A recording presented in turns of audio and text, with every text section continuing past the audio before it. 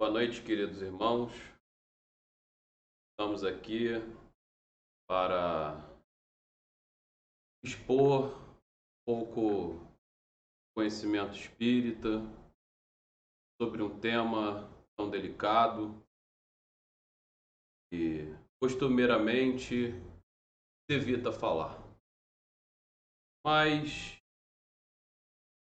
diante de certas pesquisas, de novos ensinamentos, do avanço do conhecimento humano, nos foi ensinado que debater o suicídio é a melhor opção.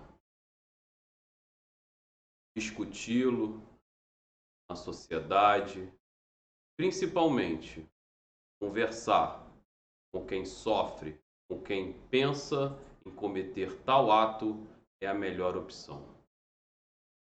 Hoje, então, eu farei a convite do Grêmio Espírita Amor e Luz uma pequena palestra sobre esse tema, sobre a visão espírita, sobre as obras de Allan Kardec, sobre as obras complementares da doutrina. Então, nós temos o suicídio na visão espírita em obras básicas, como o Livro dos Espíritos, nas perguntas 943 a 957. Kardec discute o tema perguntando aos espíritos e obtendo as respostas a respeito das causas e as consequências desse ato sinistro. Em O Evangelho, Kardec, no capítulo 5, analisa o suicídio fazendo um paralelo com a loucura, com distúrbios mentais que naquela época a ciência resumia em loucura.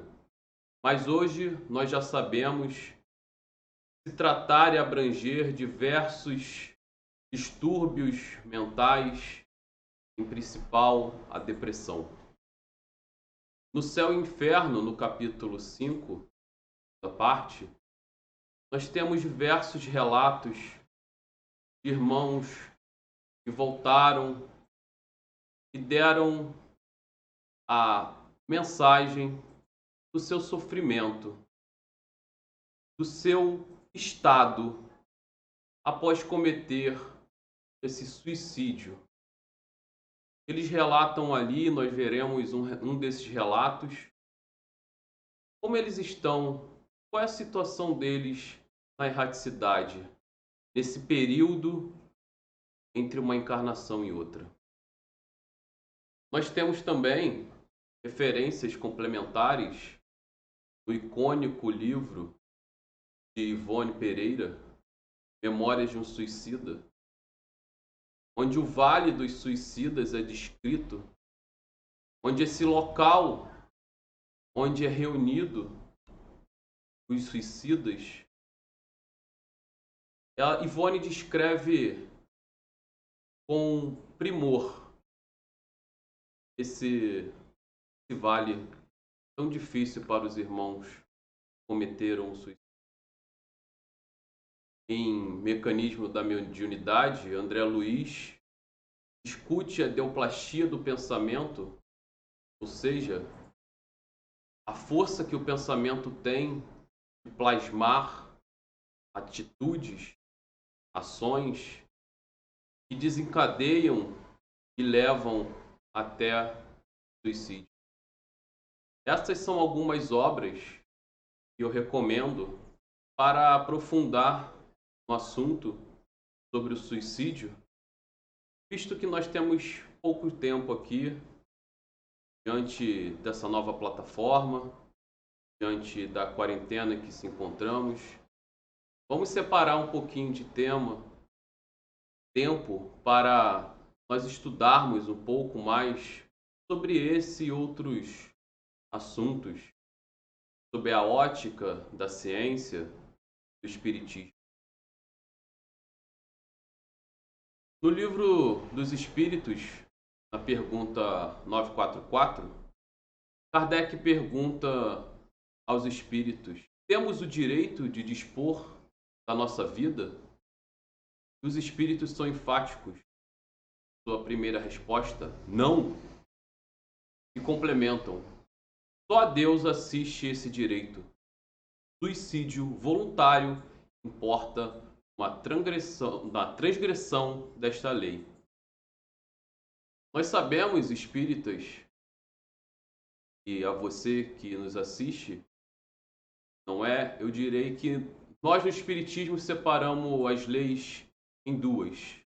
A lei dos homens, seriam essas leis da justiça humana, e a lei da justiça divina. Em uma das principais leis divinas é esta: não matarás.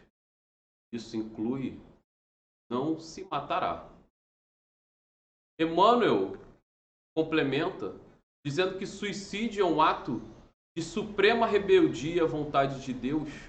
Ora, Deus nos deu a oportunidade de encarnar, de vivenciar novas experiências, passar por novas provas, a fim de buscar um aperfeiçoamento moral no nosso caminho do bem.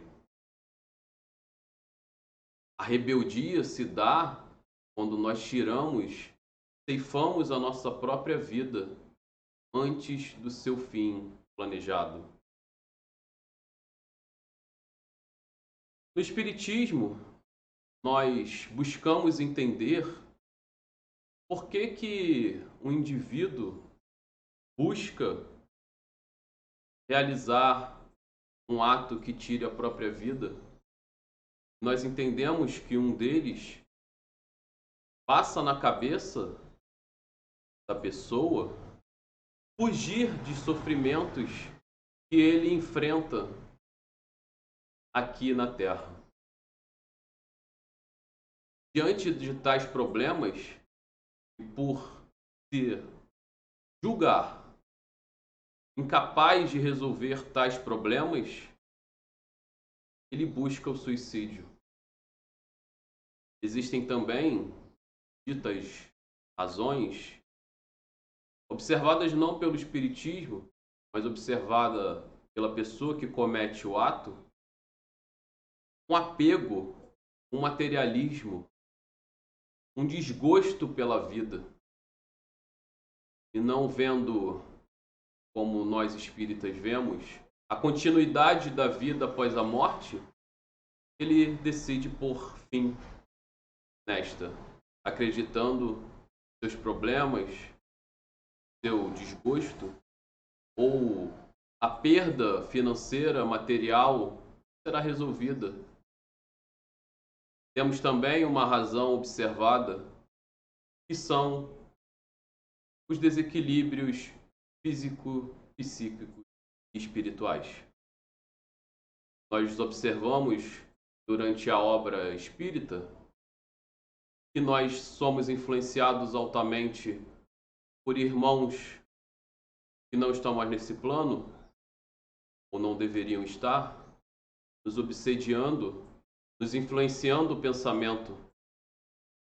E tal atitude, se nós estivermos sintonizados com ela, nos leva a cometer atos. Se nós estivéssemos alinhados com o pensamento positivo, com o pensamento em Deus, nós não cometeríamos. Existem também os desequilíbrios de ordem mental, onde existe a loucura, observada por Kardec em suas obras, mas também diversas outras dificuldades psíquicas, estudadas e posto a nosso conhecimento: a depressão, distúrbios de bipolaridade. Tais distúrbios levam e intensificam a vontade do indivíduo em cometer o suicídio. Dentro da doutrina espírita, Emmanuel, em uma edição do Consolador, diz que a falta de fé é responsável pela quase totalidade dos suicídios. Nós, dentro da doutrina espíritos, Nós espíritas acreditamos que a crença em Deus, a fé em uma entidade superior e criadora de todo o universo, justificaria a crença na vida. A crença que nós temos um propósito, nós temos uma missão. O que diante da dificuldade levaria a gente a lutar e a continuar lutando até o fim. Lá no Evangelho segundo o Espiritismo, no capítulo 5, item 16, Kardec diz que a incredulidade, a simples dúvida sobre o futuro, as ideias materialistas são as maiores incitantes ao suicídio. Uma covardia moral. Nós, então, devemos, com o nosso conhecimento espírita ou científico, combater o suicídio, elucidando que nós estamos aqui na Terra para cumprir apenas uma parte da nossa jornada. E pondo fim nesta parte antecipadamente, nós não resolveremos o problema. Criaremos outros, como veremos adiante. Essa desastrada fuga que Richard Simonetti, em Quem Tem Medo da Morte, diz: o auto-aniquilamento situa-se como uma porta falsa, em que o indivíduo, julgando se libertar-se de seus males, precipita-se em situação muito pior. Ou seja, ele abre uma porta para o abismo, como nós vamos ver, relatos dos próprios suicidas em O Céu e o Inferno, ou como descrito por Ivone Pereira, os suicidas vão para um local de muito maior sofrimento. Sofrimento incomparável com os passados aqui da Terra. Nós veremos também que a reencarnação fará esse indivíduo voltar, em muitas das vezes, em situações piores que ele se encontrava. O suicida é qual prisioneiro que se evade da prisão antes de cumprida a pena. Quando preso de novo, é mais severamente tratado. O mesmo se dá com o suicida que julga escapar das misérias do presente e mergulha em desgraças maiores. Isso nós vamos encontrar no Evangelho segundo o Espiritismo. Kardec escreve essa passagem no capítulo 28, item 71. No Espiritismo, dado o conhecimento nos dado pelos espíritas nas obras de Kardec e obras complementares, nós podemos dividir o suicídio em dois tipos. O suicídio direto, onde há intenção, onde o indivíduo traça um plano, é premeditado, ele tem a intenção direta de tirar a própria vida. Nós temos também o suicídio indireto, onde não há intenção direta, onde não é uma coisa que o objetivo direto do indivíduo é tirar a própria vida, mas ele é provocado por abusos de ordem física e moral, por abusos onde, conscientemente ou não, um indivíduo cria, exagera em seu consumo, em suas atitudes e acaba levando, com o decorrer de muitos anos, a uma retirada pouco a pouco da sua vida, da sua vitalidade, até chegar, infelizmente, na falência do corpo físico. Dentro do Espiritismo, nós vamos observar que a vida não acaba aqui.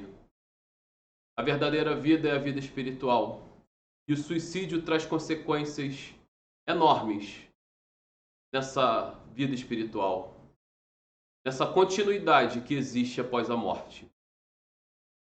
A continuação do sofrimento vai continuar existindo por muitos anos, até que o espírito consiga expiar, consiga verdadeiramente se perdoar por ter feito esse ato. Ele vai se encontrar em localizações, em regiões trevosas, de alto sofrimento, até ter expiado por tal ato. Será tomado por tormentos, recordações deste ato, pesadelos, que o assombrará por muito tempo, infelizmente. Esses atos que ele cometeu contra o próprio corpo durante o ato de suicídio trarão a ele lesões de nível perispiritual. Serão marcas que estarão ali para lembrá-lo deste ato e, infelizmente, dificultarão as próximas encarnações. E também, gente, um desperdício. Nós temos o planejamento encarnatório e nós planejamos a nossa encarnação do início ao fim, junto com os espíritos que nos guiam. E ao ceifarmos antecipadamente a nossa vida, nós desperdiçamos um valioso tempo, um tempo que muitas das vezes seria de intenso aprendizado, de valioso progresso.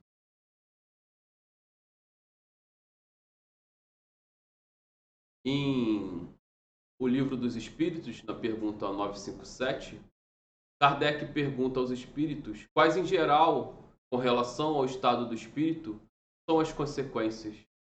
E os espíritos dizem que são muito diversas, não apenas determinadas. Em todos os casos, essas consequências vão de acordo com o ato que eles cometeram. Há, porém, uma consequência em que o suicida não pode escapar: o desapontamento.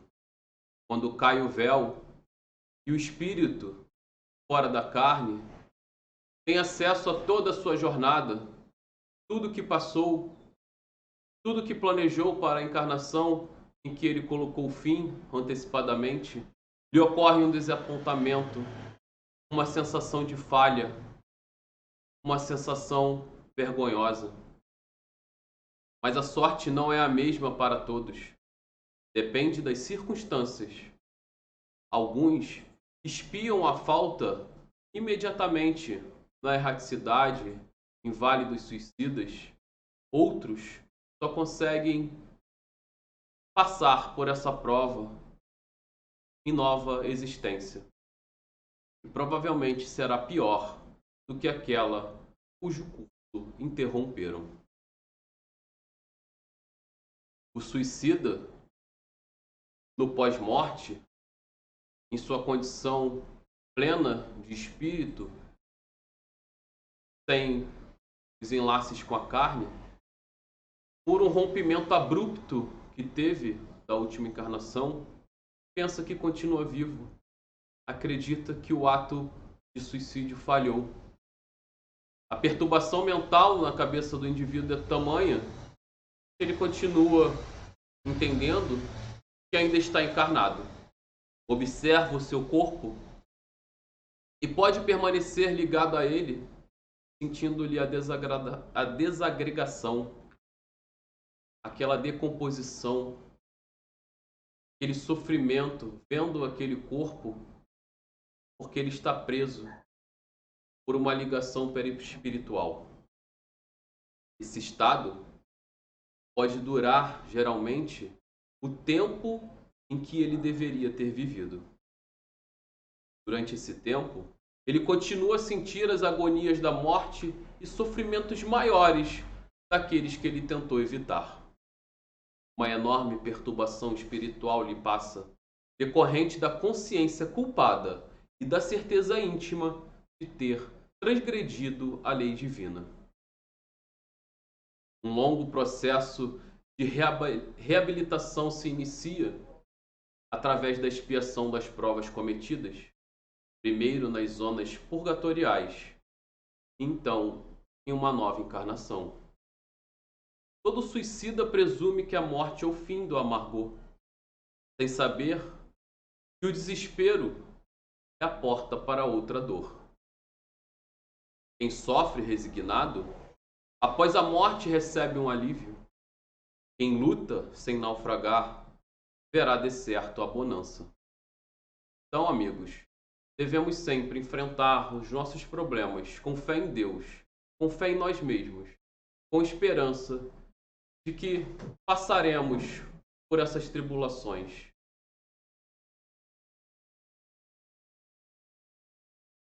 Aqui nós temos o relato de um espírito suicida.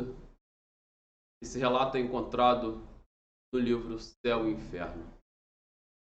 E ele diz, em tom desesperado, para o médium: tereis piedade de um pobre miserável que passa de há muito por cruéis torturas? Ó, o vácuo! Ó, o espaço! Despenho-me! Caio!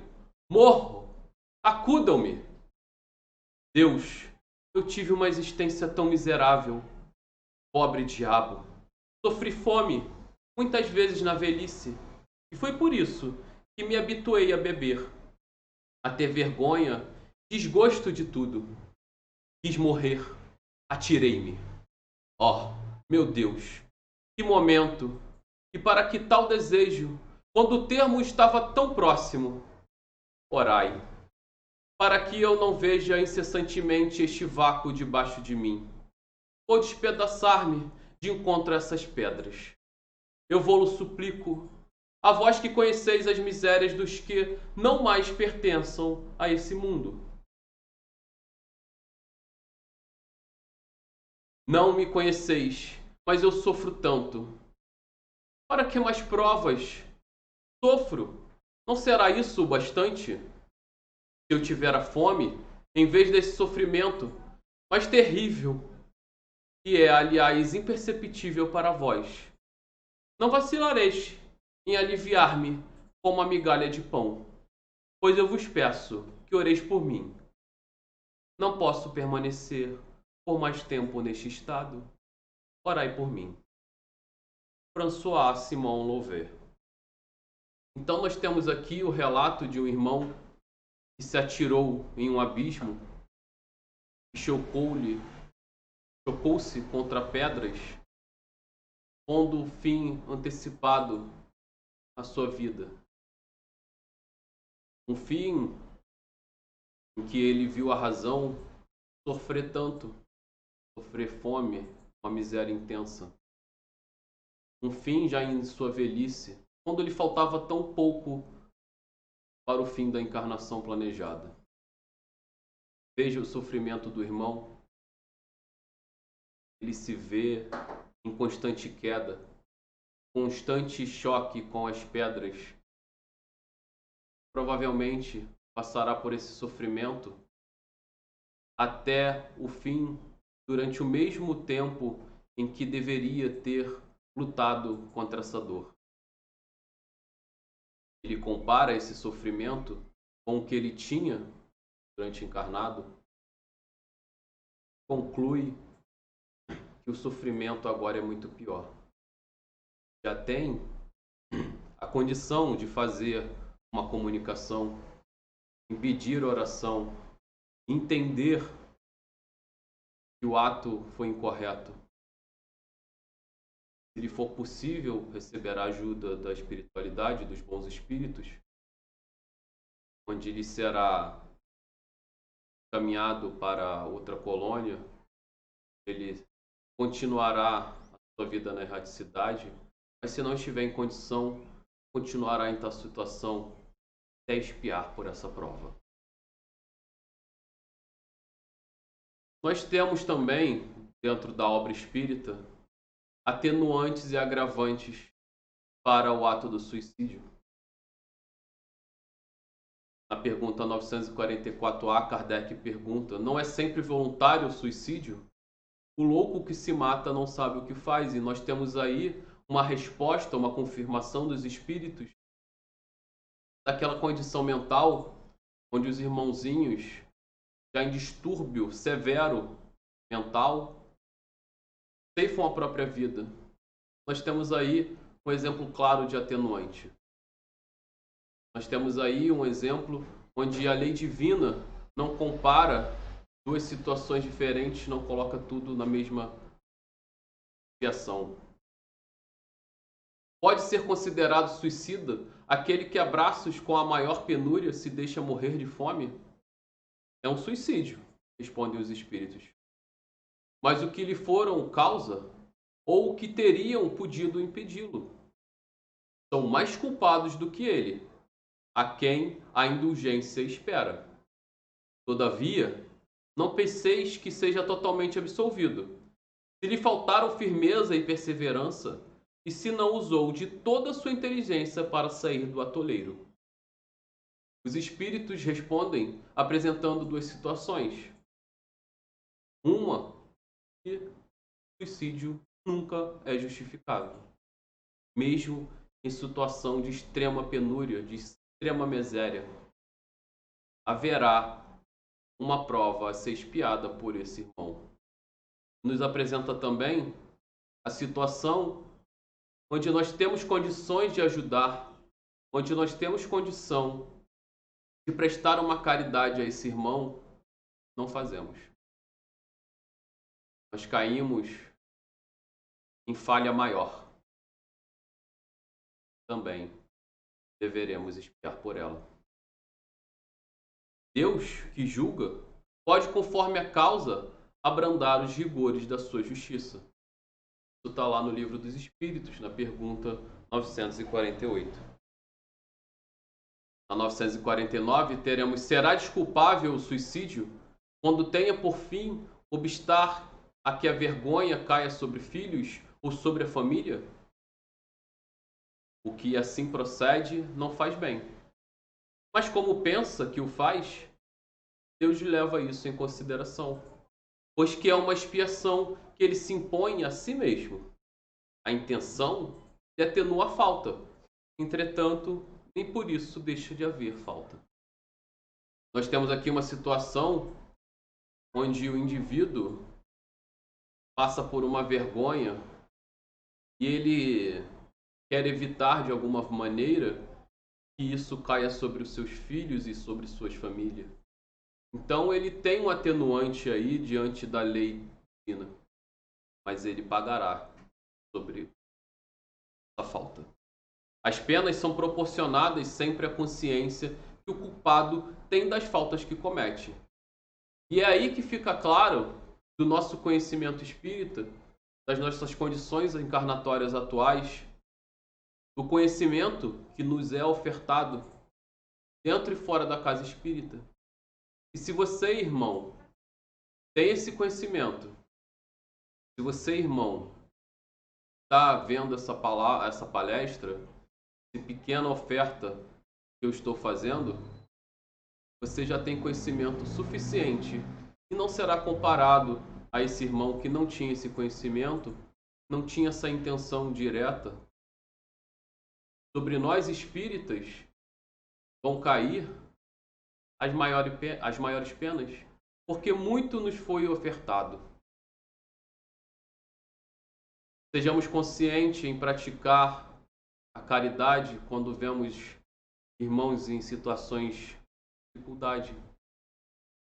E tenhamos fé, força para afastar de nós qualquer pensamento de suicídio. Nós vamos concluir essa parte dizendo que continuar vivo é o nosso ensinamento. Nós devemos sempre buscar a continuidade da encarnação como planejamos. E diante do suicídio, nós temos os atenuantes e os agravantes avaliados de acordo com a lei divina. E nós temos como espírita de se opor à ideia total do suicídio, combatê-lo, ajudar, como nós vamos ver na parte seguinte, os irmãos pensam em tirar a própria vida. Nós temos que ter ciência que muitas das vezes nós estamos cometendo com nossas ações diárias um suicídio inconsciente. Vejamos o relato do espírito André Luiz em O Nosso Lar e as obras seguintes. E devemos sempre manter em prece, orando e vigiando, para nos mantermos dentro dos ensinamentos espíritas. O Espiritismo nos mostra que a vida continua. Ele fortalece a nossa fé em Deus e no futuro, esclarece os sofrimentos decorrentes desse ato de suicídio, faz com que os próprios suicidas venham nos advertir, como o relato do nosso irmão François, nos impulsiona a necessidade de orar e vigiar. A calma e a resignação, auridas da maneira de considerar a vida terrestre e da confiança no futuro, dão ao espírito uma serenidade que é o melhor preservativo contra a loucura e o suicídio. Kardec escreve sobre isso no capítulo 5, item 14 do Evangelho. Para concluir essa parte, vou introduzir a segunda parte aqui, em seguida. Setembro é considerado no calendário o mês amarelo, o mês de prevenção ao suicídio. A partir de amanhã nós veremos várias campanhas onde nos é incentivado a conversar sobre o tema. E conversar com esses irmãos não estimula o ato, pelo contrário, pode salvar a vida.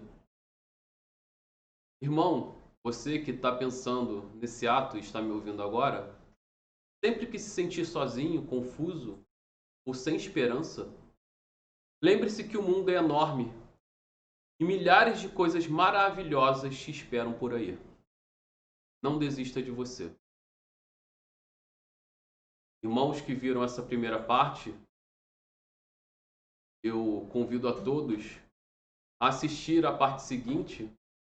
Estará em vídeo separado por uma melhor escolha e visualização de vocês, onde nós discutiremos formas de identificar o suicídio e forma de combatê-los. Que Jesus esteja com todos. Tenham todos uma boa noite. Até a próxima parte.